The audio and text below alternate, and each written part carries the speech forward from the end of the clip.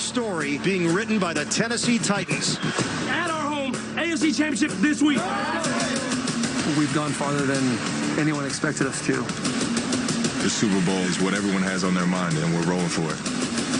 We've been locked in. We've been focused. We can beat you in many ways. All we need is just one burst. It's obviously a big game, but at the end of the day, we don't need to change what got us here. There goes Henry. He's taken off. Just give it to Henry and let him do the rest. Touchdown, Tennessee.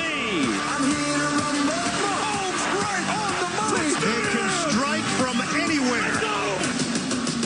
Listen to me now, it's coming down to the two. One play at a time, do something special. Why not us, bro? I'm here to rumble. It's win or go home. All hands on deck. It's time for the Tennessee Titans to start making their mark on this world. This is the AFC Championship game. I'm here to rumble. And welcome to Championship Sunday here in Kansas City, where the city indeed is all decked out in red in support of their hometown Chiefs. Today, the 6th seed Tennessee Titans will look to continue their improbable playoff run against the prolific 2 seed Kansas City Chiefs. At stake, the Titans are seeking their first trip to the Super Bowl in 20 years, and for the Chiefs, it will be their first appearance since 1969. 50 years since they won it all in Super Bowl IV. The forecast calls for sunny skies but bitterly cold with real field temperatures in the teens. And wind gusts could be a factor today. And there is Patrick Mahomes, the man of the hour. 34 games in his young career. He's 26-8. Overall, including the playoffs, is 8 TDs, 0 interceptions in 3 playoff games. The bigger the game, the better he plays. And there's Tyrann Mathieu. He's the most targeted safety in the NFL. But the only target he's concerned about today is big old Derrick Henry. And there's Ryan Tannehill. He started this season backing up Marcus Mariota, but Mike Vrabel inserted him into the lineup after a 2-4 start from Week 7 and is now 1 game away from a trip to the Super Bowl. And there's Derrick Henry looking sharp. Man, I could use that coat out here in this cold weather. But in 2 playoff games, 377 yards rushing. That is great. And he has a great offensive line in front of him. And you've got that coat, Phil, as we say, hello, everyone. I'm James Brown. Welcome to this special AFC Championship edition of the NFL Today, powered by Ram Trucks, live from right here at Arrowhead, something that Coach Bill Cowher knows all too well about. I'm joined, as always, by my colleagues, Phil Simms, Boomer Esiason, Nate Burleson, and the Hall of Famer himself, Coach Bill Cowher. Make no mistake about it, this Titans defense has gone through the gauntlet of premier quarterbacks so far in this playoff run. Deshaun Watson, Tom Brady, Lamar Jackson, and it doesn't get any easier today against Pat Mahomes. No, that's right. They got Patrick Mahomes today, and I'll tell you what, they're going to be ready for him because they played him before. And Patrick Mahomes, he knows he's going to see a different game plan from the Titans because they play a different one every single week. They got a complicated defense, and in Week 10, when Patrick Mahomes came back from injury down in Tennessee, that guy Mike Vrabel had a defense ready for him. They played man-to-man coverage against the best wide receiving core in the NFL. You hear this, 50 times man-to-man, and that's the way you got to play him. You got to be aggressive, but they know this. They have great respect for Patrick Mahomes, and they don't think they can rattle this guy. You know, the one thing you can't rattle him, but the one thing with Patrick Mahomes, you have to keep him in the pocket. They can play all that man-to-man field, but the one thing with Patrick Mahomes, he gets out of the pocket. He can throw the ball from different angles, but the one thing that you like about him is particularly down in the red zone with the play action, he gets out. He's always looking to make plays, and he hooks up particularly with Travis Kelce in the red zone. Did that so well last week. This guy's more dangerous throwing the ball out of the pocket, and you know what? He'll run out of the pocket right now. He's a lot healthier now than he was in Week 10 when they played him. Speaking of dangerous, how about Derrick Henry? He was phenomenal. And let's remind people what happened in Week 10. He was a monster. Check him out. And look how fast he gets to that second level. If you're a linebacker or a safety or cornerback, it's tough when you see this big fella barreling down on you. And this is where he really started to get cooking late in the season. That size, that speed. It reminds you of Bo Jackson. So I guess you can call him Bo Derrick. And he did this against Tommy Boy and the Pats, and he was a perfect 10 up against the Ravens as well. He's certainly a perfect 10, but you know who benefits from it? Ryan Tannehill. And where does Ryan Tannehill really benefit from it? In the red zone. When you take a look at the numbers since Week 7, 70% completion down in the red zone, 16 TDs through the air. That's second in the NFL. This is where he has really made his money. Now, he hasn't thrown for over 100 yards in the previous 2 playoff games, but he did throw early in those games and did come away with the touchdowns. I talked to Indianapolis Colts head coach Frank Reich. I said, Frank, how do you win here in Arrowhead? He said, you got to win in the red zone, and that's where Ryan Tannehill's played his best football thus far this year. Yeah, he has, Boomer. You know what else helps him down in the red zone? A mobile quarterback. They've run the option play down there with him. They have the little give and go. And let's don't forget, when he has to, he can scramble also. So a lot of weapons for him once they get down inside the 20. That's right. Well, you know, he's going to be able to throw to his tight end, much like Patrick Mahomes is going to throw to this guy who's wearing smiley faces. Hopefully he's going to have a smiley face after the game last week. 10 catches, 134 yards, and 3 TDs for Travis Kelce. Coming up on the NFL Today, the Titans might not have a lot to say about today's opponents. I was told not to say anything nice and bad about the Chiefs. Correct. Yep. You're not going to say that. It's going to go great. But when it comes to their favorite running back, Derrick Henry, they were more than happy to share. Another player who dominated last week was the Chiefs' Travis Kelce. Kelce's going to beat you with Mahomes every time. And we'll take an in-depth look at one of the best tight ends in the game today.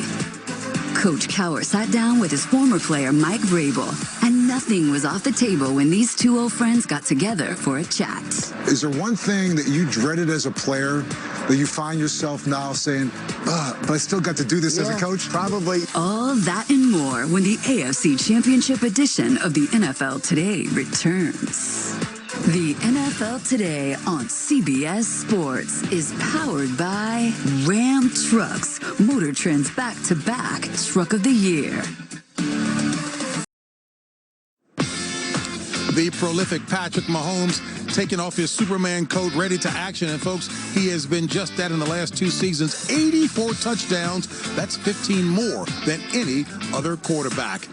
And there are several meaningful headlines that we will be following closely this offseason.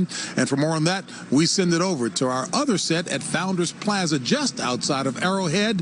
That would be our colleagues Jim Rome and Jason Lockenfor. JB, thank you so much. JLC, why don't we start with the Patriots? They had been here in this game 8 consecutive years, but that streak came to an end, and so did Tom Brady's contract, which sets up a very interesting situation. Number one, do you expect him to play next year? And if so, will it be with the Patriots? He will absolutely positively play next year, no doubt about that. And Jim, for the first time in his career, he will explore free agency. There won't be any quick extensions with the Patriots, I'm told. He wants to see what his value is, see what's out there for him, do his due diligence. It'll be a meticulous process. It will stretch well into March, I'm told. It may bring him back to Foxborough. It also may not. If it does not, your backyard, the Chargers, I've been telling you since November, that's one that has a unique appeal to Tom Brady. Maybe he's wearing a lightning bolt. All right, so what is the ultimate barrier or obstacle which would keep him from staying in New England? Well, I can tell you, first of all, I don't expect any more hometown discounts. You know, it's not going to be something where, hey, I'm just going to do this on the cheap real quick and we'll get it over with so we can spend on everybody else. And also the skill position players. What's around me? I'm 43 years old. Do I have to do more with less? Or can you give me a Patrick Mahomes-like cast? Where's my Tyreek Hill? You know, where's my Travis Kelce? All right, so one last thought on that. When you bottom line this thing, is it just some off-season drama? Is this to be expected? Or is there a real likely possibility he's already played his last game there? It's certainly a possibility. I mean, this is someone who will go into the free agency period for the first time in his career, almost 20 years, seeing what's on the other side. He's never explored it before. He will be doing that. All right, so in the past week, there's been some movement on the possibility of a new CBA. Exactly where do the talks stand, and how close are the two sides to a new deal? There has been a lot of progress, for sure, and there's some agreement about a current structure that would include 17 games, a neutral site game every week, fewer controls for the commissioner and off-field issues, a change to the marijuana policy, but it's all contingent on a player vote. They haven't got there yet, and until you agree on the gross percentage of revenue that goes to the players for the cap, you don't have a deal. They're not there yet, but I am optimistic. All right, Chelsea, as always, excellent information. Thank you very much, and JB, it's back over to you. Jim, you and Jason are handling the 15 degrees a whole lot better than me. All right, folks, as we take a deeper dive into the Chiefs' offense and the Titans' defense, let's have a look at some of the good plays presented by State Farm, and for that, we send it over to Coach and Phil. Yeah, Phil, when you talk about this Chiefs offense, there's so many weapons they have, such speed, and they're always looking for that matchup that gives them the advantage. Man, they do everything on the offensive side, no doubt. And I'll give you some examples. Here, what they're going to do, they're going to pick for the running back out of the backfield, Damian Williams. They get in the way of the linebackers who covered him. Pass Patrick Mahomes, he knows they're going to get it done, makes a perfect throw to Damian Williams for the touchdown. Now, Patrick Mahomes, a two-man route. He gets protection. Look at the deep drop. Now he just floats outside, looks to run or throw the football. When it's not open, he points to him, make your block so I can scramble and pick up yards, something we don't talk enough about with Patrick Mahomes. The third play, look at the wide splits for the tackles. Why? Watch the rushers come upfield. Look at the lanes that he can step up into, and they love to throw seams deep down the field. This is the Sammy Watkins on the right side. Bradley Roby, he throws it so well and so hard that the corners and the defenders sometimes they can't even make their way to get to the football, Bill. You know, when you talk about the Tennessee defense and how you defend that, well, number one, it does start with the quarterback because you want to do it, definitely keep him in the pocket. And I think the other thing is that you want to make sure that you try to eliminate them in the red zone, getting to Travis Kelce. Let's take a look at it right here. Right here. You'll see the play action. They do a good job, as you just showed too, Phil. But they came back right here. Patrick Mahomes, he is comfortable getting out of the pocket and comfortable throwing the ball back into the field of play. The one thing today, look for the receiver, Tyreek Hill, right here. Watch him come back for the ball. That is going to be so important today because it's very heavy air. Now watch right here from the Week 10 matchup right here. Harold Landry right here off the corner, not getting too deep, not letting them float back or step up. And then right now in the red zone, like right here, you see the New England Patriots, they're going to double Travis Kelce. A high-low here, a vice that they could also showed last week. But Travis Kelce is a guy that you got to eliminate, particularly in the red zone. Mahomes will get out of the pocket. We saw that last week multiple times. Well, let me just say this to JB. It's a lot colder on the field, JB, than it is sitting at that desk. So we'll be back there in a minute. We'll find out when you get back, when you see the ice on my feet, Phil. Hey, thank you guys so very much. And folks, as we are all aware, natural disasters are devastating communities around the world. Families affected by earthquakes in Puerto Rico, bushfires in Australia, and other disasters need support. Your donation can help the Red Cross provide hope to those families. We invite you to please donate today at redcross.org/NFL. And Patrick Mahomes, 446 yards the last time against this squad. Hey, folks, he rallied back from a 24-point deficit. In the process, joined Doug Williams as the only quarterbacks to throw 4 touchdowns in a single quarter. That in playoff history.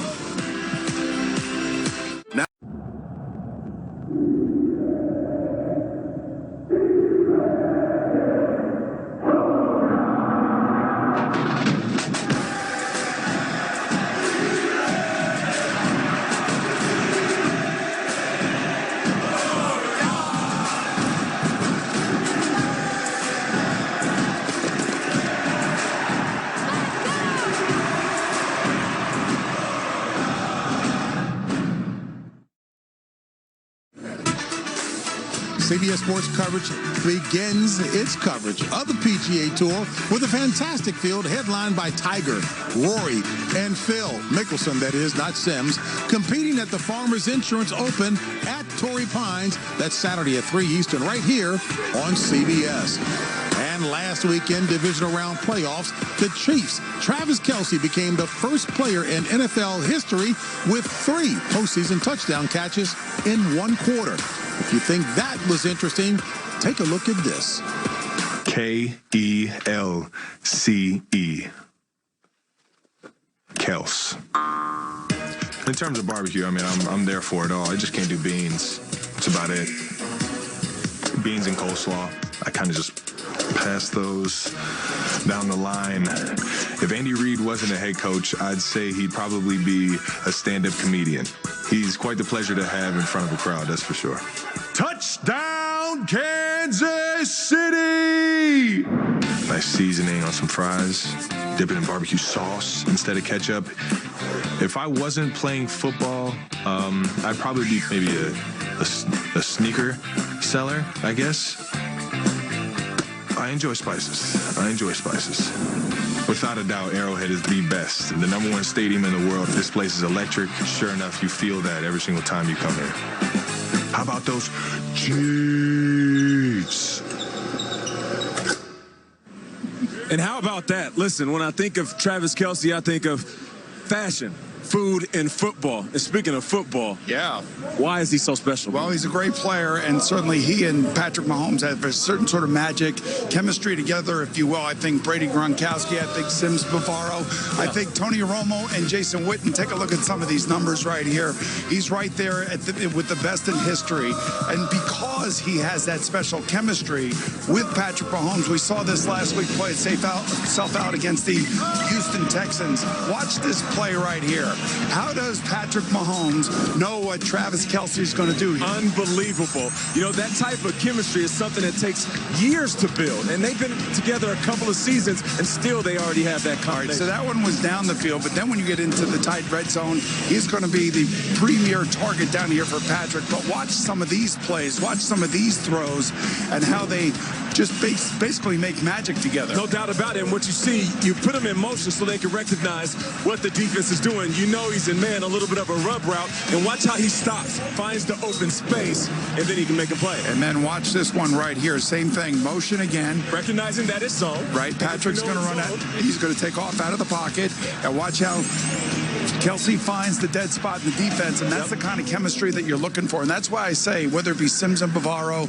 Brady and Gronkowski, or Romo and Witten, they have something special going on here, and it's only been 2 years together. Yeah, and it's not just Travis Kelce. It's Kelce. It's also Tyreek Hill, and we're familiar with what Tyreek Hill brings to the table, but it's also McCole Hardman. You know, McCole Hardman was brought here to be a Tyreek Hill clone, and now we realize he can stand on his own. He does everything that Tyreek can do, averaging 20 yards a catch. How about that? And, you know, his last name pretty much says it all. It's hard, man. It's hard guarding him. Every defender is going to face him. What do? Do you try to go man-to-man when you know that he has the speed? Do you go zone when you know that he can sit in those spots deep in the coverage? And here's the thing, they can also throw out of the backfield to the running backs. I'm tired of people saying, well, they need to run the ball more. When you have a guy like Damian Williams, you don't necessarily need to run the ball because short passes, screen plays, and dump offs, they also count as run plays, especially when you got a guy that can catch it and then take off and make plays with his legs. Coach Cowher's not going to be happy with you when you talk like this. The one thing I will say in deference to Andy Reid, when you have a player like Patrick Mahomes, and you have the speed of these wide receivers, running backs, and of course Travis Kelce manning the middle of the field, it would be hard for me not to call more passes. That's how good they are. Yeah, you want to go hit this tailgate? Yeah, let's do it. How about those G's?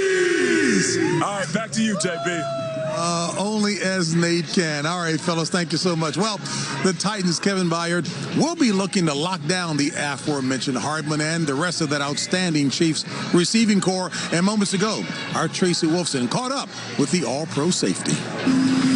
Kevin, you guys faced this team in Week 10, was able to beat them, but Patrick Mahomes had 446 yards, 3 touchdowns. This time around, what's it going to take to contain him? We're just going to have to stick to our game plan. We watched a lot of film this week. We did a lot of preparing. You know, we have a great opportunity today to go out here and beat a great team in their environment. You know, at this point, man, it's really no more talking. Just go out there, you're going to execute the game plan and go out there and try to get a big win on the road. And then you talk about the opportunity at hand, a chance to go to the Super Bowl.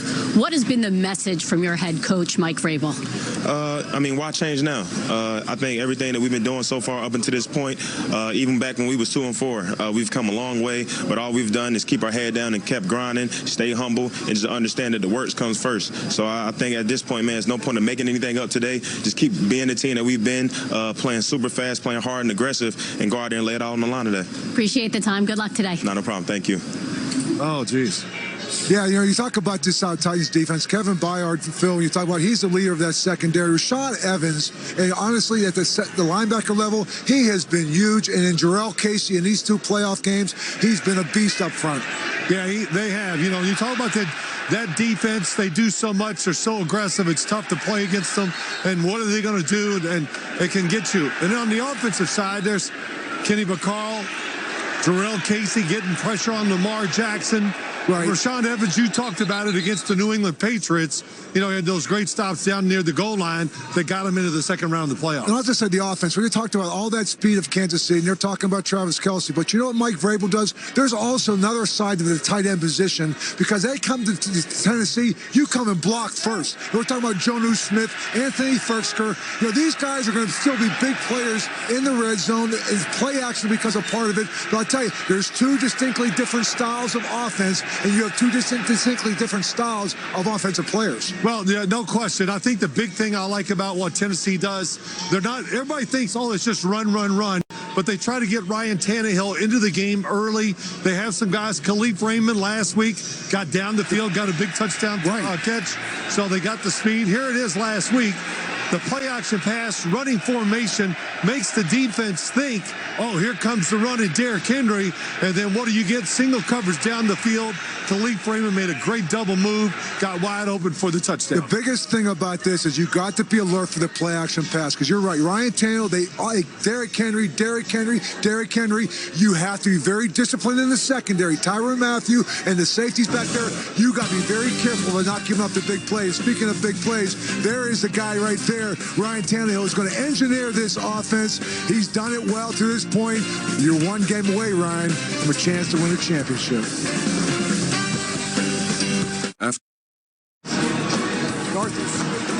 Time now, folks, to go inside the pregame HQ, delivered by Domino's. And Mr. Andy Reid, affectionately known as Big Red by the Chiefs faithful, will be coaching in his 7th conference championship game today and seeking to make it back to the Super Bowl for the first time in 16 years. And, folks, we are pleased to be joined at the desk now by our Andy Reid, if you will, who knows a little bit more about Andy Reid. That will be Tony Romo. And, look, Bill, I was teasing. Tony's got a head full of hair, so what's he wearing a hat for? I know. He's a guy from Dallas. He come up here, but he's played in the cold weather before. Come on. I'm glad you're down here in the field with us, man. Those days are over now. Now I'm just like Phil Simms. We're just trying to get through the day. Soft and pudgy? Is that what you're saying? Look at close enough. Hey, this Andy Reid-led offense is clicking on all cylinders. What are you most impressed with? Well, I think the one thing that comes to mind, Andy Reid's always evolved. He's always tried to stay ahead of the curve, and every year you watch him, it's not just now with the Chiefs. People were getting on Andy Reid years ago with the Philadelphia Eagles for never running the football. Yeah. The analytics started to change. Everyone in the world says, well, yeah, you shouldn't run it that much unless you're a great running team. Andy Reid is ahead of that. That's what I love about him. He's always staying ahead of the curve. You know, the other thing about it, too, I think when you think about this, Tony, he brought Steve Spagnuolo back. You know, he was with Steve for many years, and he came back this year. This may be the best defense he's probably had. And you talk about that offense, because they have to complement each other, Phil, really. Yeah, they really do. You know, Tony, I know you know all the answers here. Why does Andy Reid hate to run the football on first down? Well, I think what they're finding is... It's a trick question. It is. That means you have the answer. Yeah. Exactly, Tony. You're catching on. Because he hates 2nd and 9. Okay? Now, why does he run it on first down? Because he just runs it on first down, so he let those wide receivers rest for a second before he sends them deep down the field again. But Andy Reid has done a great job of adjusting through his career with different quarterbacks, and he's done it during the season this year. We've seen that. It was a downfield throwing team so much, and they kind of had some off weeks, and all of a sudden, instead of, like Nate was talking about, instead of running the football, they started throwing short passes, more screens, and kept the defenses off balance. And that's ultimately, when you get into the playoffs, you're going against good teams, and you're going to need to keep them off balance. They're going to play a second time. They're going to take away something that you're good at. And I really just having more under your repertoire, more pitches, that's what they've kind of developed a little bit more that I've seen this year. Even though it's not as explosive, they have more pitches now. But the other quarterback in here, Ryan Tannehill, just a little bit about him real quick, because you talk about a guy who got inserted into Week 7, his whole career down in Miami, right? He only played 1 year of college football. What do you see in him? Because all of a sudden it just seems like the light went off. Yeah, well, this is a classic example where you see a guy who gets into a situation now where they can utilize his strengths. And, every coach says we're going to use the strengths of our player. And a lot of times it's like, well, that's not really his strength. Baltimore did it with Lamar Jackson. They tailored an offense, and then Lamar took off, and then he's just good at a lot of stuff now.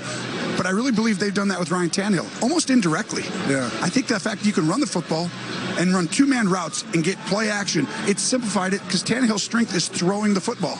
Yes, he's a really good thrower. He's very good thrower. Nobody realizes how well he throws the football. And listen, he's a veteran quarterback that doesn't need all the passes to stay in rhythm. So they run Derrick Henry. He can still get it done throwing the football. Patrick Mahomes, thoughts about him?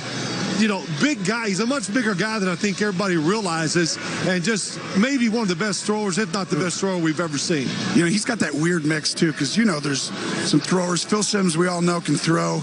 I will say he has that ability to do, like, the rare stuff that a Favre or someone could do. Yes. But it's, like, it's really calm.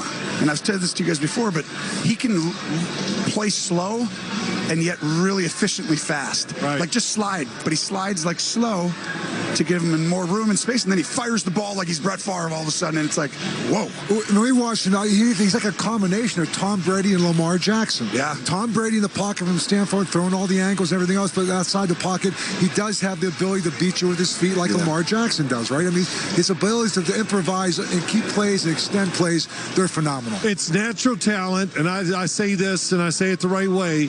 God put him on earth to throw. Throw that football. It is natural. Hey, real quickly, you said that hat was to protect your kids. How is that? I get sick every November and December. I'm like, I think I'm just going to take my kids out of school for December and be like, that's for me. I don't want to get sick this year. You're going to homeschool them, I hear you. Hey, your excitement is palpable for the game. Looking forward to more with you and Jim a little bit later. Appreciate it. Thank you, Tony. Thanks, all guys. right, folks. Right here.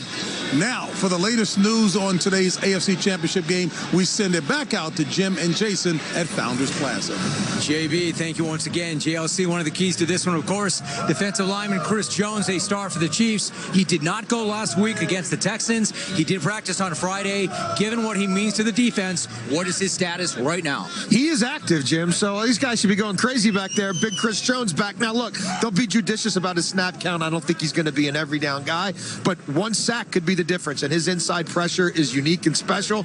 They expect him to be able to make some sort of an impact today. All right, so when Arizona released Terrell Suggs, the thinking was he'll just generally go right back to Baltimore. That's not what happened. He ended up here. How did he end up here, and what do you make of the fit? Well, these Chiefs fans should send a Christmas card to the Arizona Cardinals if they do make the Super Bowl and Suggs has something to do with it. Because when he approached the Arizona Cardinals late in the season and went to ownership and said, this is not the team I thought we were going to be. I don't want to go out. I'm going to retire. I don't want to go out on a 3-win team.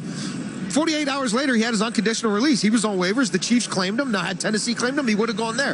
Had San Francisco claimed him, I'm told that's another team he would have gone to. So maybe he was destined to play in this game one way or the other. But he's made an immediate impact in the classroom. He's a diligent guy, and we'll see what he does on the field today. And then finally, from a Titan standpoint, Derrick Henry has been an absolute beast in the postseason and the regular season. How much credit does the offensive coordinator there, Arthur Smith, deserve for unleashing him and maximizing Ryan Tannehill's talents? A lot. And he's someone who's been looked at in that organization as a rising star for a while, and now nationally is getting some attention as well. Matt LaFleur, the former offensive coordinator there, doing a great job in Green Bay, but it wasn't a lock he was going to get that job in Green Bay. And I'm told had he not, there was still a very good chance that Arthur Smith would have been promoted to play caller because of what he was bringing to the table in offensive meetings, his concepts. He was impressing Mike Vrabel. So as great as LaFleur's doing, that job may not have been his had he not got the Green Bay job. I feel you. Good work, JLC. And there he is, Patrick Mahomes, back in the AFC Championship game for the second straight year. Will the outcome be different? More from Arrowhead when we come back.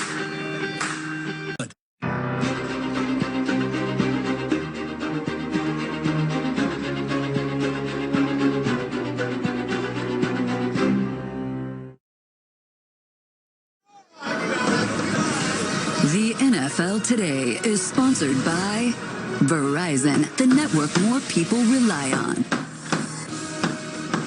Skittles, taste the rainbow. And by Control GX, the first and only gray-reducing shampoo. Arthur Bryant's is a staple of the Kansas City barbecue scene here. Matter of fact, the legendary restaurant is one of the oldest in the city and is especially known for its sauce and famous barbecue ribs. I think Nate has put in an order. Hey, folks, and a reminder, Tuesday night at 7 Eastern, CBS Sports Network will feature a top 25 Big East college basketball battle between 5th-ranked Butler and number 14 Villanova, only on the 24-hour home of CBS Sports. And, folks, we are continuing a countdown to kickoff of the AFC Championship game between the Titans and the Chiefs, and anticipation is growing here, and you know full well Chiefs Kingdom is getting ready to make some serious noise for their hometown squad. Over on the Titans sideline, Mike Vrabel, as a player, was best known for his 8 years as a defensive mainstay on Bill Belichick's New England Patriots squad. But the beginning of his NFL coaching roots were really planted a few years earlier in Pittsburgh under the tutelage of a certain NFL Hall of Famer. You're staying on him, okay? If he comes off the ball, he's coming up. I'm right here on him. I mean, but I'm still able to look. I'm feeling him, but I can still see anything coming. Okay. You know, because you're checking the back, number 3. You know, you have a unique perspective, I think. I go back to drafting you, coaching you with Hazlitt and training camp. I was just kind of confused because he said not to turn our shoulders in to get. Yeah, but you know, you can't. You got to turn your shoulders to get depth, and depth is going to be very important. You've taken this path into coaching. Describe yourself as coach. What do you try to bring to the table? I try to bring energy, passion for the game. Let's stop and let's go. Boom. Go. Boom. I was a developmental player, and so I want to try to help players improve. But having played special teams, that's something that's a big part of what I mean, that's how I survived for 4 years with you guys, with the Steelers. Is there one thing that you dreaded as a player that you find yourself now saying, but I still got to do this as a coach? Probably, you know, it's those days at training camp where I never wake up sore. Let's see if we can't have some violence today. It's like a pillow fight on defense. Violence, good, thank you. And I know that about the third or fourth day of full pads, they're sitting in that locker room like, man, we got 3-hour practice. Like, how hard am I going to go today? Am I going to get through or am I going to get better? And as a coach, you try to evaluate your team on those days where you know it's going to be hard. Hey, let's go win a football game, man. It ain't that hard. Week 7, you're coming off a loss to Denver, and you make the decision to start Ryan and to bench Marcus. Tennessee has made a change at quarterback. Out is Marcus Mariota. In is Ryan Tannehill. Take me through that process, and what was the thinking behind it? We just weren't able to get anything going offensively, and that was a place that I thought we should start and make a switch at quarterback. You get a new lease on life, I think. Tannehill will take it all the way. He's done everything that he could and made the most of it. Find a way. That's it, buddy. Find a way. The Kansas City game that you played, Week 10. The Titans with a signature win. Unbelievable. This place is exploding. After the game, you kind of went into a camera. Hey, all these cameras, they didn't come here to see the Titans. Okay? But we told you after the game, they were going to be talking about the Titans. And so I'd like to show you my rebuttal to you. You know, and Mike Vrabel, just listen to me. Okay. Make it personal, Mike. Okay. See if you can do this back to back. Okay. You know, I didn't come down here to see you. Okay. I came down here to see Chiefs. Okay. Mahomes, the show. Okay. But you know what? You showed me something. Can you do it again? Ooh. You know, I chuckle because that's kind of the persona that we've taken. And I know that the A-team doesn't come to see the Titans, and we're okay with that. And you do make it personal, right? Yeah, I think every game, don't you have to make it personal?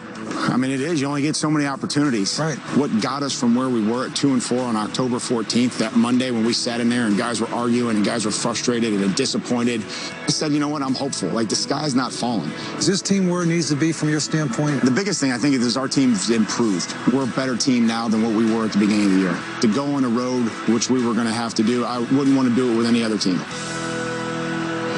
And now you know why I drafted Mike Vrabel, because you know what? He played that way. He was a tough guy, he was smart, and he was confident. And you know, when you look at him right now, I just talked to him before the game, and I said, what's the message to the team?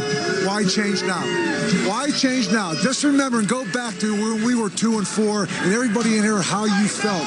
He's made this team go back and be reflective and understand this is an opportunity, and it's all it is, and don't change anything you've done the last few weeks. You know, I really feel like when he made the decision to go to Ryan Tannehill, it was one of the biggest decisions any coach made this season, and it certainly turned their season around. But I have to say one thing. John Robinson, their general manager, started in 2016. He hired Vrabel. He hires Vrabel. He makes a trade for Tannehill. He's overturned 80% of the roster since he's been there, and that's one of the reasons why they're here. Yeah, no doubt about it. I've always said that head coaches are master motivators. And what's harder to motivate than a man, and I'm talking men with millions. You know it, Coach. Yeah. Oftentimes these coaches come in there trying to sell you something. And if you're passionate enough, I believe you. I feel like there's two types of head coaches in the league. There's a coach that can coach like cologne, which means whatever he's selling, I'm going to wear it like cologne all season long. And then there's other coaches, they're like air fresheners.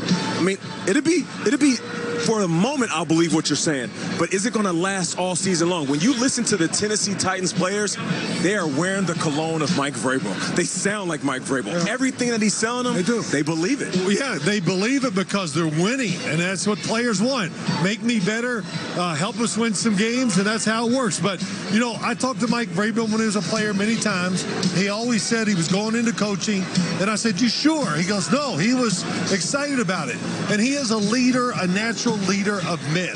And here's the last thing. You know when you got the right head coach as a player, when he walks in the room, what happens to you? You sit up, you get a little nervous because the man is in the room and we're ready to take his orders. Before Nate takes us to commercial, what kind of cologne are you wearing? Well, smell me.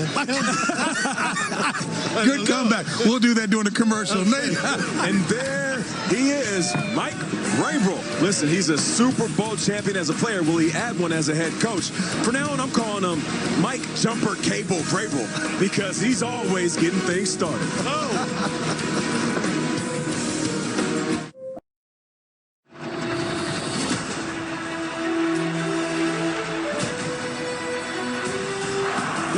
Have advanced to the NFC Championship game. San Francisco! Feels great, baby!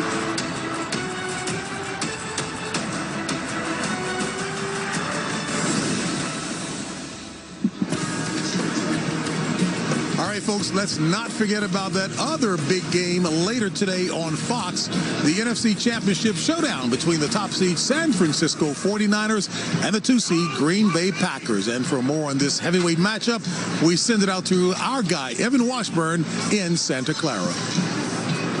Good morning, JB. Here in the Bay Area, all is quiet, but this place will be rocking in a few hours as one of the richest playoff rivalries is renewed. No two teams in the last quarter century have met more than the 49ers and Packers, but the dominant storyline all week has been the recent history between these two. Week 12, an absolute beatdown by the 49ers. We're out of the gate. They sack Aaron Rodgers, force a fumble. It leads to a touchdown, and the run was on from there. A 29-point win. Jimmy Garoppolo with 2 big touchdown passes. Since that game, though, a self-described wake-up call for the Packers. They've gone on to win 6 straight, in large part to offensively the big 3.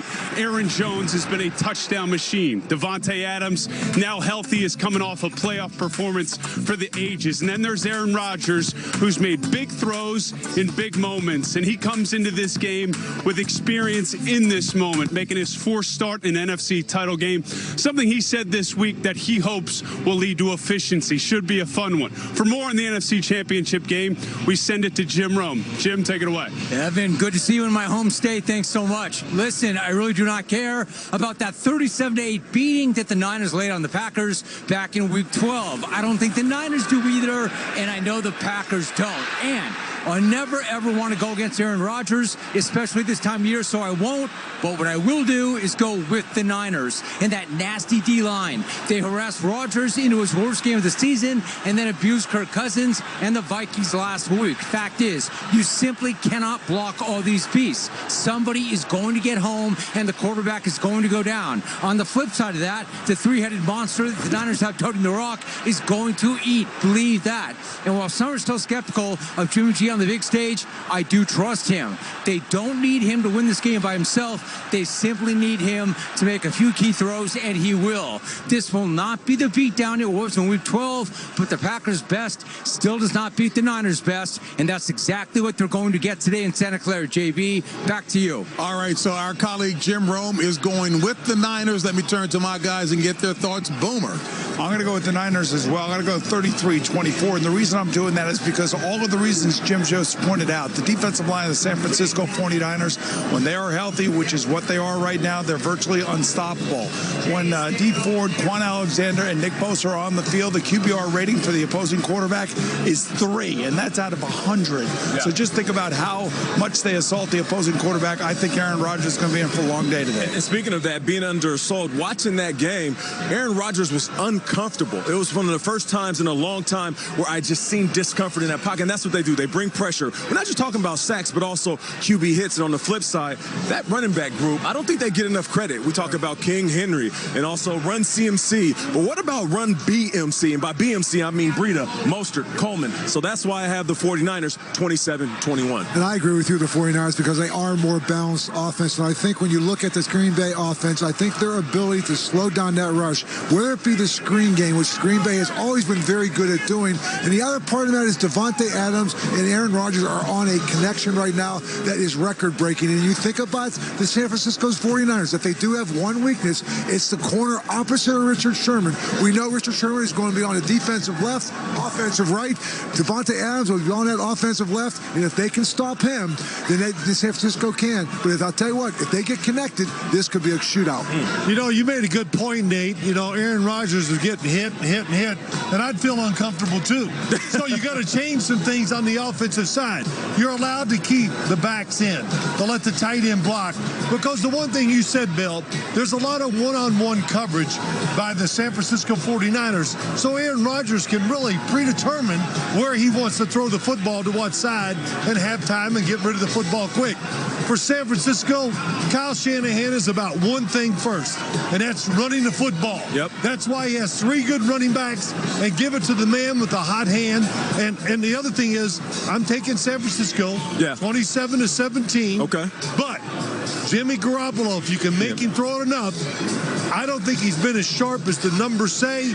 Maybe they can steal a few passes. As talented as they are, I can't think of anybody on the national scene who thought that San Francisco was going to be any higher than 20th coming into the season. But Phil, the defense, they are talented, and boy, are they smart. Well, yes, the speed of San Francisco's front forward, but also the speed of their linebackers, which nobody talks about.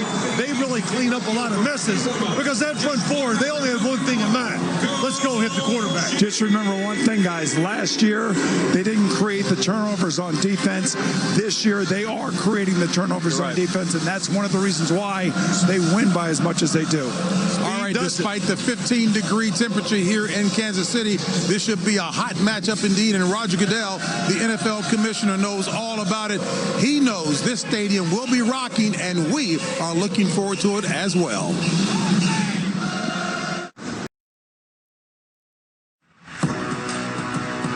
This is going to be a battle of power versus speed. It's an 80s stylistic fight. If they're going to win the game, they have to be able to run it. And there goes Derrick Henry. Run the ball, run the ball, run the ball. Derrick Henry is a one-man wrecking crew. Just remarkable. So it'll be the classic matchup, the run against the pass. Goodbye.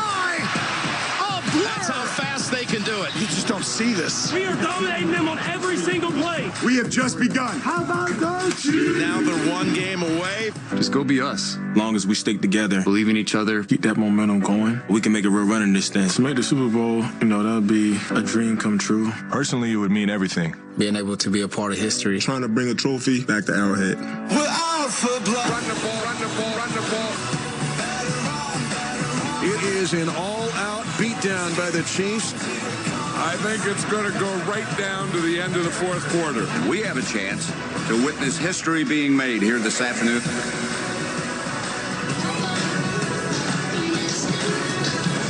Folks, it is Championship Sunday in the heartland of America.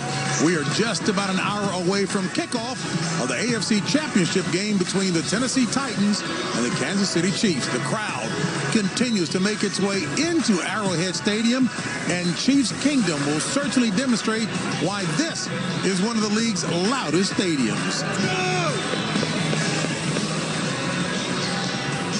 Well, there's Patrick Mahomes, the best quarterback in the NFL. Last week, 5 touchdown passes against Houston.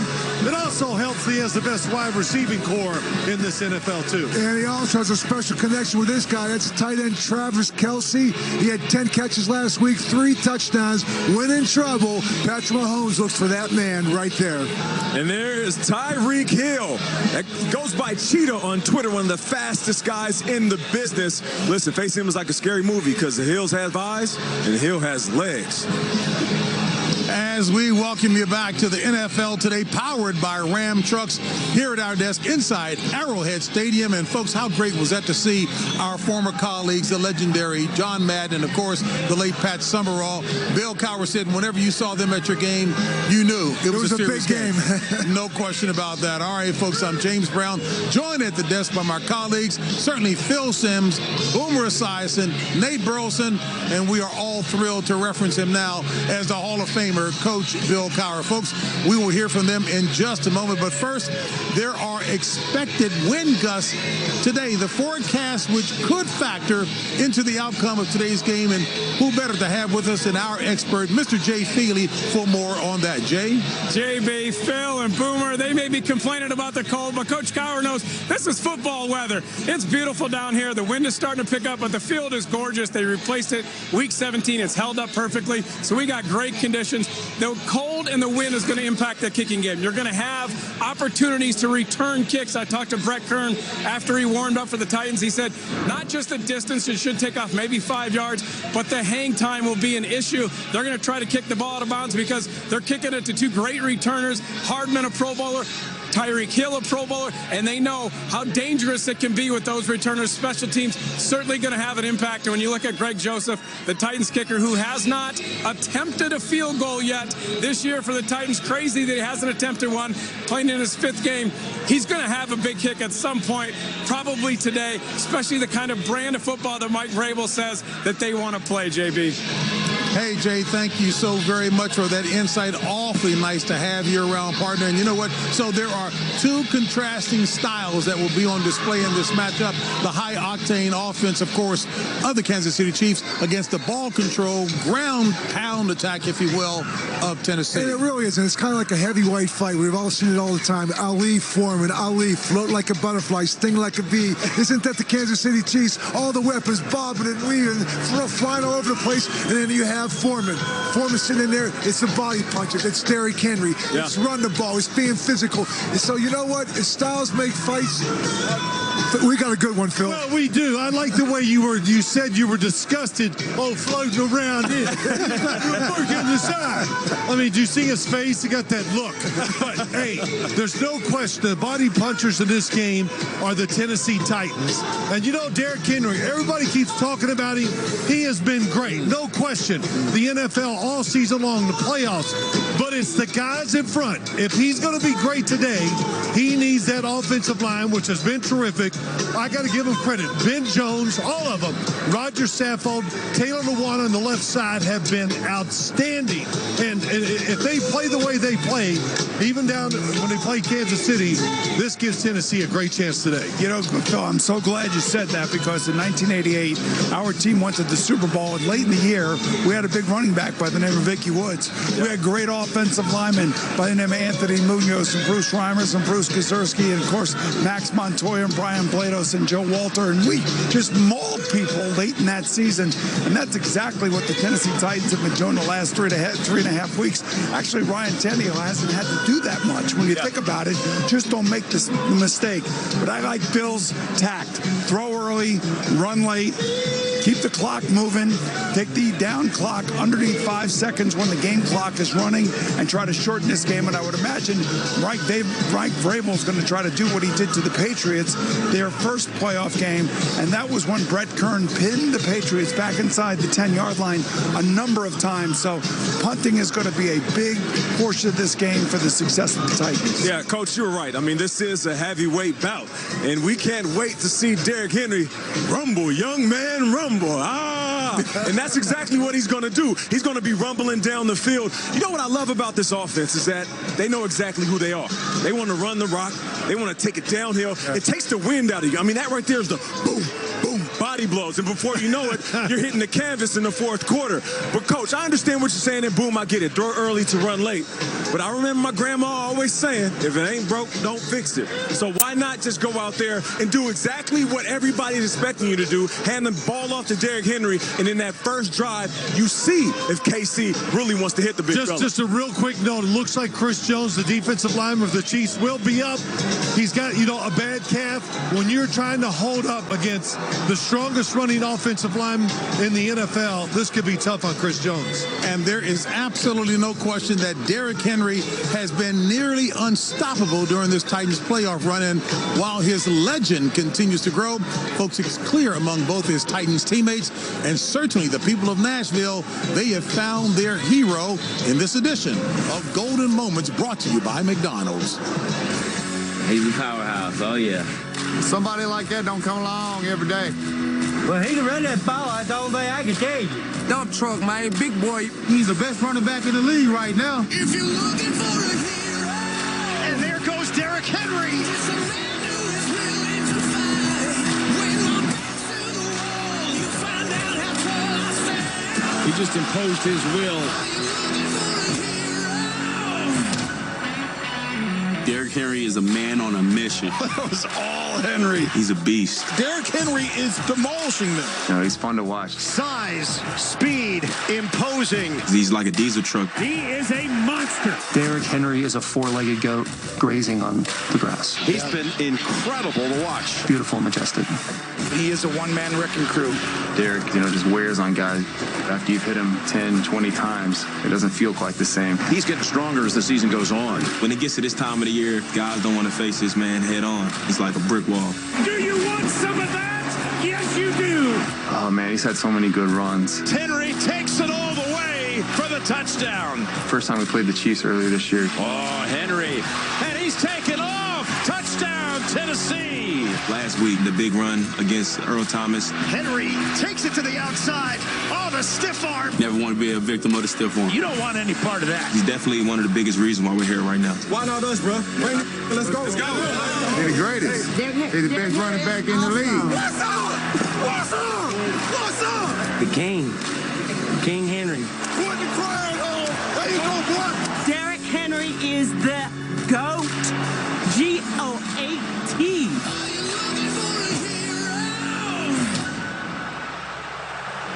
And guys, I don't know what it is about former Seattle defensive players. Earl Thomas last week, Frank Clark this week, who's on the D-line now for Kansas City, talking about how he's not that hard of a guy to take down. He's easy to tackle. Take a look at these numbers. This graphic tells you all you need to know about the impact that the great Derrick Henry has had for the Titans. He's impossible to tackle. Take a look at those names. Terrell Davis, Marcus Allen, John Riggins, Eric Dickerson, and look who's at the top of that list. It's Derrick Henry. So I would just say, don't touch the money, Frank Clark. You already did. And now go try to tackle this guy. He's impossible to tackle. No doubt. I mean, he definitely is king. And how do you keep a king happy? You feed him. You feed him wherever he wants. Today they need to focus on the pork, and I mean the pigskin. Hey, Phil. Go ahead. They're going to focus. And I say feed them too. I say feed them in the second half. I'm telling you. I'm telling you right now, when we had Jerome Bettis and went on that run, Nate, and you're right. You say, why not just give it to him because the formula is there? Because you know what? To continue to move forward, you have to think outside the box. I think it's a great opportunity for Arthur Smith to come out and to say, you know what? I need to stay ahead of the curve. Right. Because use it as the play action, open it up early, get some big chunk plays. That's what I would do early in this game if I'm Arthur Smith. Well, he's a good decision-maker, Derrick Henry. He's got a good offensive line. He knows how to pick the right hole, and he has a great stiff arm. Watch this going down the field. He doesn't just put that arm out there. He puts it on your helmet and knocks you down. How about this going down the sideline against Jacksonville? About 5 stiff arms, gets him for a long touchdown. And practice makes perfect. Look at practice. He has the ball. Mike Vrabel trying to knock it out and hitting the helmet, JB. That's right. Did you finish what you were going to say? You said feed him pork. No, hold on. Me off. Hold on. You said feed him pork, and what else? You feed him pork, and by pork I mean the pigskin. Coach, listen, I hear what you're saying. I hear what you're saying, but you got to keep in mind, you can't get in a shootout with Pat Mahomes. You just won't win. It's not a shootout. I know, but you got to consider the fact that the Titans, they're 0-2 this year when Ryan Tannehill throws 35 or more times. So let's keep those passes down, feed the monster early, and that stiff arm, you're right. He is out there blazing blessing cats like he's a pastor in church. I will say this, guys, you know, when you come on the road and you're the road team in this kind of environment at Arrowhead with 75,000 fans, it's you against them, and that's exactly the message that Mike Vrabel is sending. Still to come on the NFL Today. It's usually not an AFC Championship without Peyton, Big Ben, or Tom. But this year, some fresh faces are ready to represent. Will it be Tannehill or Mahomes moving on to Miami? Speaking of Mahomes, Tony Romo sat down with the Chiefs' young superstar. And you don't want to miss what our QB got their QB to reveal about his Super Bowl dreams.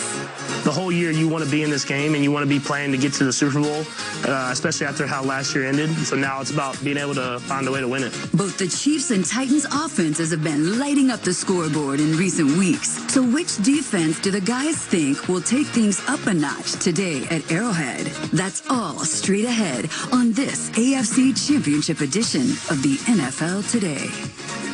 The NFL Today on CBS Sports is powered by Ram Trucks, Motor Trend's back-to-back Truck of the Year.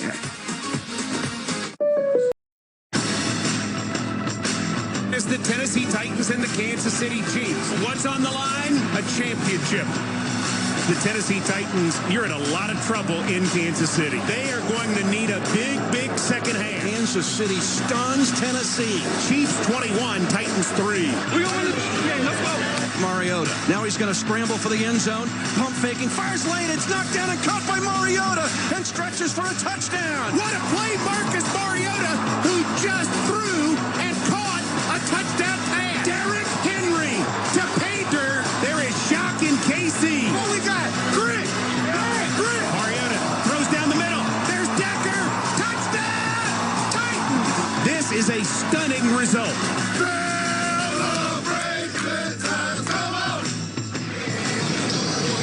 And if you like second chance stories, maximizing on an opportunity when it's presented, that young man there, Ryan Tannehill, has done just that. You've heard Boomer say perhaps the biggest decision made this year relative to a quarterback.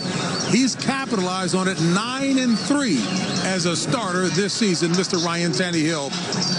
And joining us now is someone who knows a little something about calling big games, our NFL rules analyst. That would be Mr. Gene Steratore, referee in Super Bowl 52. Folks, he was the man who did the job then, 12 years as a referee. And as we take a look at the crew today, of course, Mr. Tony Corrente, a 22-year veteran referee, but not working with his usual squad. Exactly, JB. So they do put together the top-tier officials for the postseason, and I'm an advocate of that. And with Tony Corrente, you know, this is Tony's 6th conference championship. So the crew will definitely reflect Tony Corrente's experience and the way he administrates the game today. You know, Gene, I always talk about there are 3 teams on this field today, and each of those teams, you know, have their work cut out for them. What does it do when you are officiating the offense of the Kansas City Chiefs and how they stretch the field and how fast they are?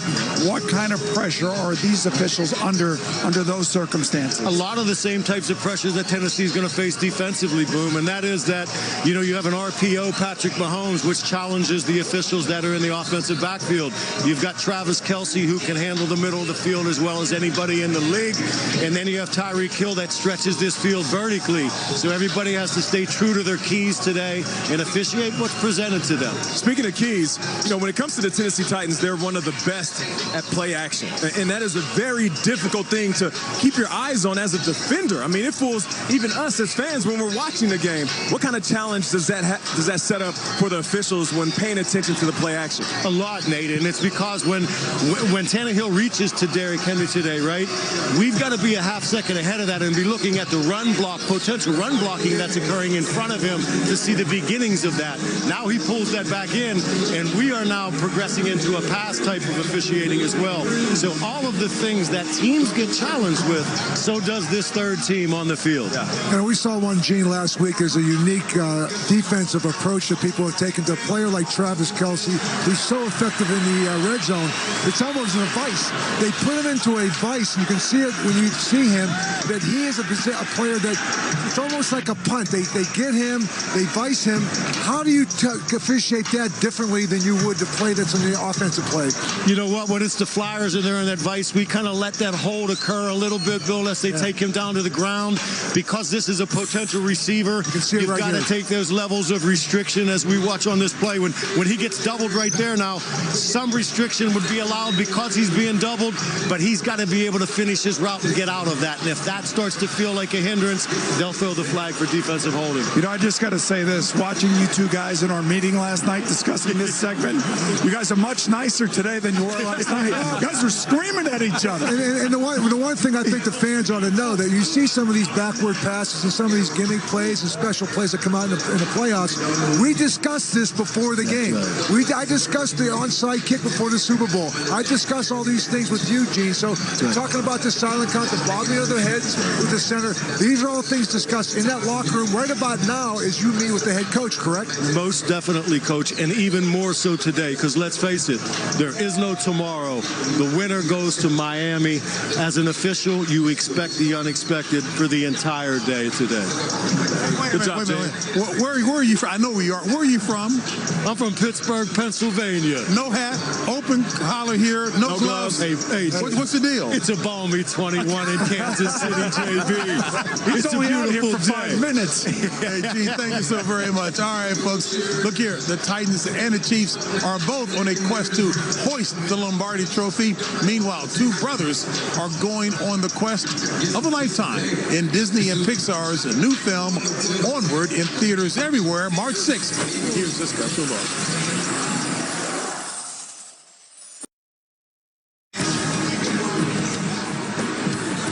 The NFL Today is sponsored by Intuit TurboTax. Pizza Hut, official sponsor of the NFL. And by Ram Trucks, Motor Trend's back-to-back Truck of the Year. Well, Chiefs fever certainly has gripped Kansas City fans as they are painting the town red. And, folks, they just can't get enough of their beloved Patrick Mahomes. Now, these two quarterbacks, Ryan Tannehill and the aforementioned larger-than-life Mahomes, exemplify the contrasting styles of how each team is getting it done, with Tannehill providing a not spectacular but steady hand, while the flashy Mahomes, he puts up eye-popping numbers.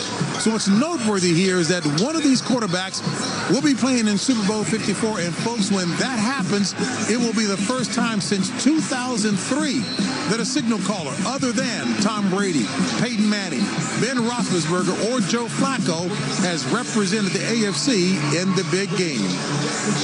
And speaking of the magical Mahomes, our Tony Romo sat down with the comeback quarterback on Friday to talk about his relationship, role, and about getting another opportunity and making it to the Super Bowl. 24-0 Texans. Now the Chiefs just need to settle down. You know, everybody's been jittery.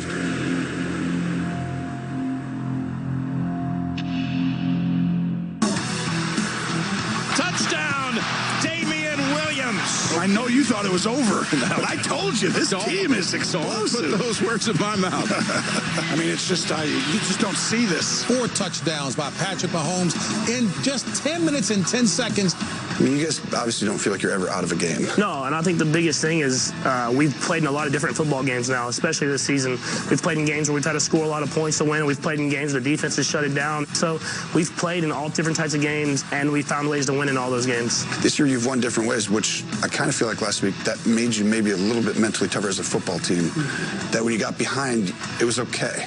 Everybody believes in each other, and everybody knows that they just need to do their job and do what the game plan says and what the play says, and that we can win the football game. And I think the biggest thing that I was kind of preaching to the team was, let's just stay with the process. Go in there, chip in the lead, one play at a time. One play at a time, do something special. Let's get it, man. We got everything we want. We just got to make the play. We just kind of executed, and then all of a sudden we looked up at the scoreboard and we were up at halftime. And so I think that just speaks to these guys and their belief in the system and their belief in each other.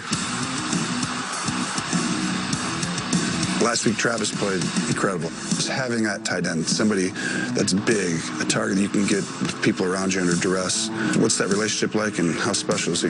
The biggest thing that makes him special is the way he's able to understand what the defense is doing and the coverages. And, he sees it the same way you do, and so you're like, you can trust it. Yeah, exactly. And building that trust and knowing that he's going to do stuff that maybe not is written down or maybe not the thing that he was coached to do, but just the way he's able to recognize coverages and change his routes based off that.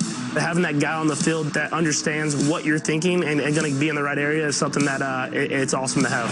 Energy. I swear there's always 1 or 2 times a game where you throw it right knowing he's going to make that decision, but he doesn't even know that he knew he was going to make that decision yet. And then you guys both are like, how'd you know? Well, how'd you know? Yeah. Because I knew that you knew. I don't understand how you know what I'm doing. I knew you were going to turn. There's nothing telling you I was going to do that. And the ball was in the air before I did it. That's what I wanted you to do.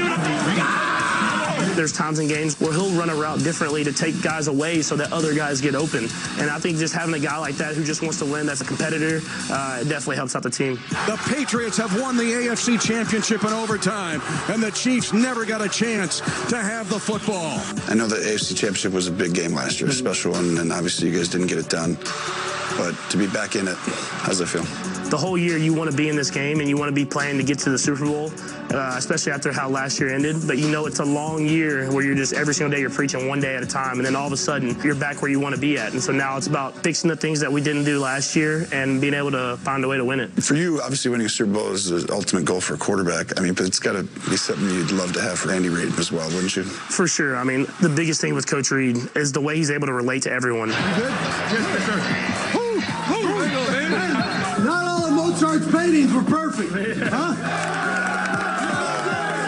How he's able to help you with the things that you're not great at, and then he's able to amplify the things that you are great at. And I think he does that with every single person on the team, offense, defense, special teams. He puts you in position to go out there and play the best football you can. It's just the culture that he builds. And let's give him a little cheese here. How about those cheese? Everybody feels like they're part of a family, and that everything that they're doing is for the benefit of each other and for the benefit of the team. And I think that's why every single place he goes, every team that he coaches, they win football games. They know that everything that you do during the week is preparing yourself to go out there and be part of something great.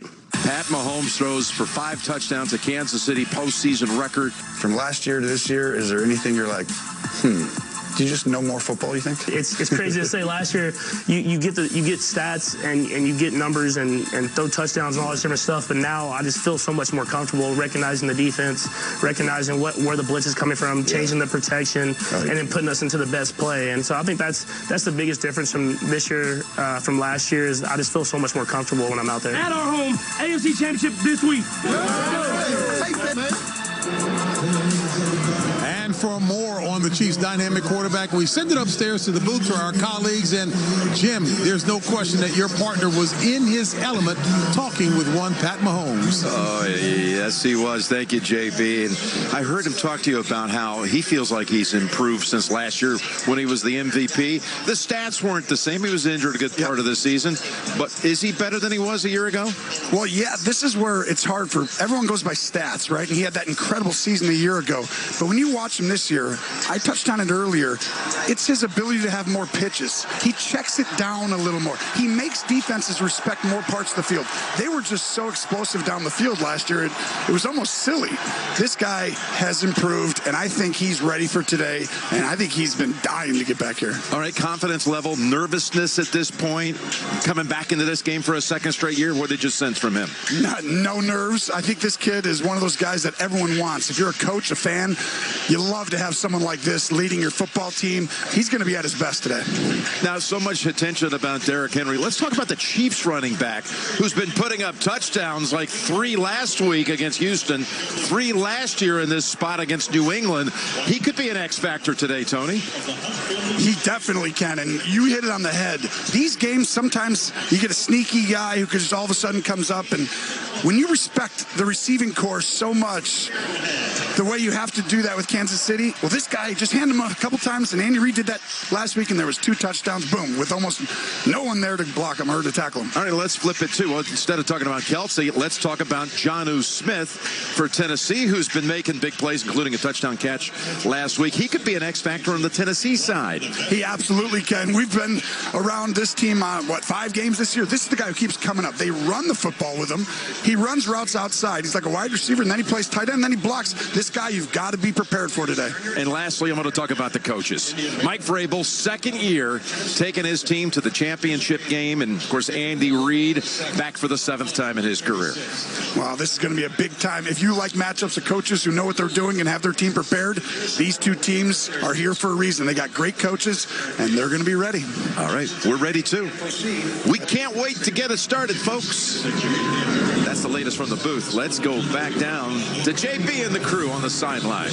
And we are feeling the same as you, Jim, as we swing it over to Nate. And there is Tyrann Mathieu, led the team in interceptions with 4, and now he's trying to lead his team to Miami.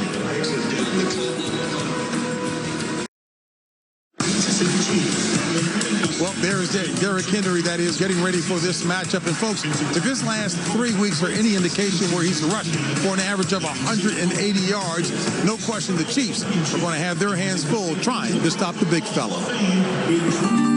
Once upon a time, there was a team from Tennessee. They came into the playoffs a 6 seed, but ready to make history. Their first stop was Castle Brady, a place the Patriots call home. But these Tennessee Titans, they were ready to dethrone. They could not stop this man. They could not bring him down. The Titan they call Henry left Foxborough with their crown. Now on to pillage and conquer. King Henry wanted more. So this Titan carried for 195 and also threw for a score. The king now had the attention of all fans near and far. But the Ravens still could not stop the king. So it was banishment for Sir Lamar. The mighty king had accomplished what no man had ever done. 3 straight 180-yard rushing games with yet 2 more chances to run. Today it's on to Arrowhead, where he'll rush the kingdom's gate. The Titan King has arrived to meet Mahomes the Great. 2 warriors set to joust with the AFC Championship in their reach. But there can only be one winner, who will journey to the land of South Beach. Wow, that jet ski home, the big fella like me. Hey, Phil, so the obvious game plan if you're the Titans is what? Well, give it to the big guy, that's for sure, and play tough football. That's what the Titans do in the run game. Watch the blocking here. Everybody blocking right. Here comes Derrick Henry. Look at the left side, how they cut it off. Derrick Henry is a great reader of defenses, makes the right cut every time. This time it's going left. Look at the right side, the block. That's Conklin, the tight end, getting the block, Pruitt. And then once he gets in the open field, Derrick Henry is just not big. He's mobile, he's fast, and we talked about that stiff arm later. And then he needs a lead blocker. Push him out there and give you some extra yards there. But a running formation, you think, oh, here it comes, first down. It's going to be a run. The tight end goes across the formation. Nice play fake by Ryan Tannehill. Khalif Raymond, their speed receiver, gets behind the defense. Ryan Tannehill, a very good deep ball thrower, very accurate bill. They're going to mix it up. It's power, a little finesse, tough offense to stop. Yeah, it's a tough offense to stop, but it does start with the big guy, Derrick Henry, and that's the thing it's going to test you. It's going to test your defense from a gap control responsibility, and you can see right here, they're going to block everybody. You're going to get one guy free, but that one guy has to make the tackle, and you don't want to let the big guy get downhill. The other guy to me, Tyrann Mathieu, the honey badger. We saw him with the huddle, the unequivocal leader of that defense. They go keep him around the line of scrimmage. They blitz him. It opens up opportunities for other players. He can be very disruptive. And in the red zone, Boomer talked about how efficient they've been. Watch this play from last week. We talked about Tannehill. Yeah, Marcus Mariota was in the field in the game. He goes in motion. Derrick Henry, jump pass. So you're talking about utilizing every player. Arthur Smith pulling out all the stops. These are the type of plays we talked about earlier. you talk to James territory about. They're unusual plays, kind of against the grain, but that's the kind of things that you pull out in games like this. Well, you know what? When you have a running game like the Titans, you need these plays to keep the defense off balance. Right. Unique plays. I'll tell you one thing, guys.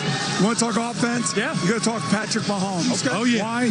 84 touchdown passes over the last 2 seasons alone. That's 15 more than any other quarterback in the NFL. He's only played 34 games. He's 26-8. He's never had a bad game. Well, here's the thing. You're talking about Mahomes. You know who had a higher yards per attempt and completion percentage this season? Ryan Tannehill, more than Mahomes. That's right. I know he doesn't need to throw the ball, but let's respect the fact that he can throw the ball. He has an arm. He can grip it and rip it. And because you have Derrick Henry, a lot of guys are going to have their eyes in the backfield. Well, there's a guy, to me, it's a heart and soul of their football team. No question about it, man. He reflects Mike Vrabel. You're talking about a guy that's toughness. He's durable, but he's got deceptive speed. I think that's the one thing you've seen throughout the playoffs, the angles that defensive players make. This guy is big, but he's faster than you think. Well, here's the angriest group in this whole stadium today, and that's the Titans offensive line. Every one of them have been outstanding.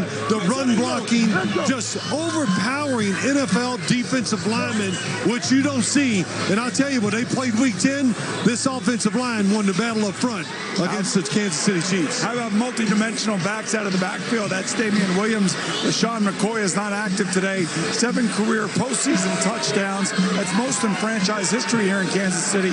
You also... My man got a little bit of flavor. Oh, okay. Well, there's Tyreek Hill. Tyreek Hill. You're talking about the fastest guy on this field, the cheetah right there, man. I'm telling you, this guy is electric when he gets the ball in his hands. He's a human joystick. Jonnu Smith, the tight end, really good weapon that they need for the Tennessee Titans. If you get linebackers being too aggressive going against Derrick Henry, of course, that's going to open it up for him. He's been successful. Ryan Tannehill, good play action fake quarterback. He will have some opportunities to catch the balls over the middle. The other speed guy for the Kansas City Chiefs, Mecole Hardman.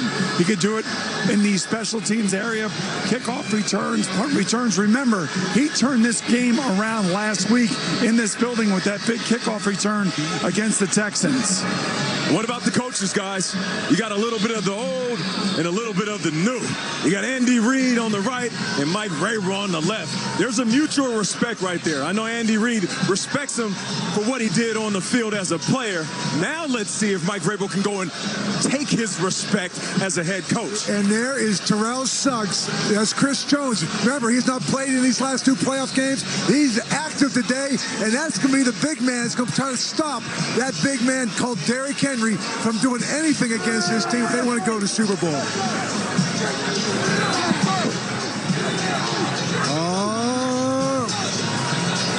And here we are. What about Terrell Suggs, known as T-Sizzle? I know it's cold out here, but he's going to try to sizzle things up on the field. That man is hungry.